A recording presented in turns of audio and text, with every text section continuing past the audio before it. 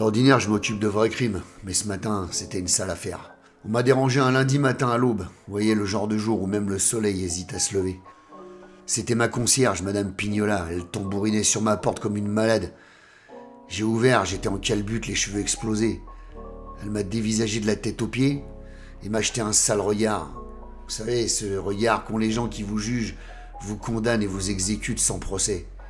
Monsieur Moulinet, quelqu'un a volé le badge de la copropriété. Ah merde, ça c'était la boulette, parce que dans une copropriété, un badge, c'est plus précieux qu'un héritage, vous voyez. Sans lui, plus de parking, plus de local poubelle, plus de boîte aux lettres, plus rien.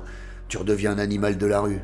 J'ai commencé par enfiler un froc et une chemise, et j'ai suivi Madame Pignola dans le hall d'entrée.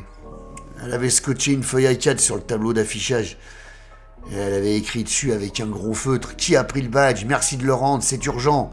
Urgent souligné 3 fois. Rendez-le. Ouais, rendez-le comme une putain de prise d'otage. Bon, de toute façon, la mère Pignola m'aurait jamais lâché la grappe tant qu'on n'aurait pas retrouvé son badge, alors je me suis mis au boulot.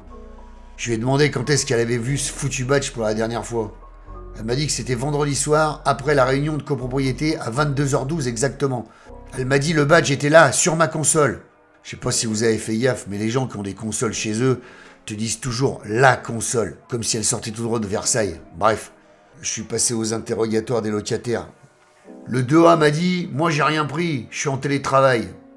Ouais, donc t'es suspect. Le 4C, lui, m'a dit: j'ai entendu un bip vers minuit, c'était peut-être vers 11h, à moins que ce soit mon téléphone, je sais pas, j'étais à la salle de bain. Témoignage inutile, mais passionné. Le 1D, lui, il m'a dit: de toute façon, je vais vous dire, monsieur Moulinet, depuis que cette famille a emménagé, il y a des vols de plantes vertes dans les allées. Ouais, t'es une analyse de bistrot, mon gros. Donc je descends au local poubelle, comme ça, juste pour voir s'il n'y avait pas le badge quelque part. La mère Pignola est collée à moi comme un bout de scotch, je peux pas m'en défaire. Mais pour rentrer dans le local poubelle, vous voyez, il faut le badge. Et on n'a pas de badge. Mais heureusement, il y a un digicode avec un code de secours. Je dis: vous avez le code pour entrer, Madame Pignola? Elle me dit: oui, mais je l'ai noté sur un papier. Alors je lui dis: mais le papier, il est où?